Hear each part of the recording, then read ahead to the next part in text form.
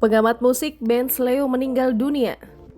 Pengamat musik Benedictus Hadi Utomo atau lebih dikenal sebagai Benz Leo meninggal dunia pada Senin 29 November 2021.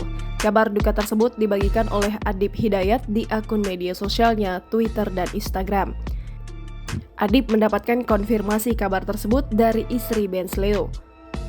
Benz Leo meninggal dunia di usia 69 tahun di Rumah Sakit Fatmawati, Jakarta Selatan. Sebelumnya, Benz sempat dikabarkan positif COVID-19 dan sempat dirawat intensif di rumah sakit. Benz mengalami sesak nafas dan kesulitan tidur. Hal ini disampaikan oleh Nini Sani, salah seorang rekannya.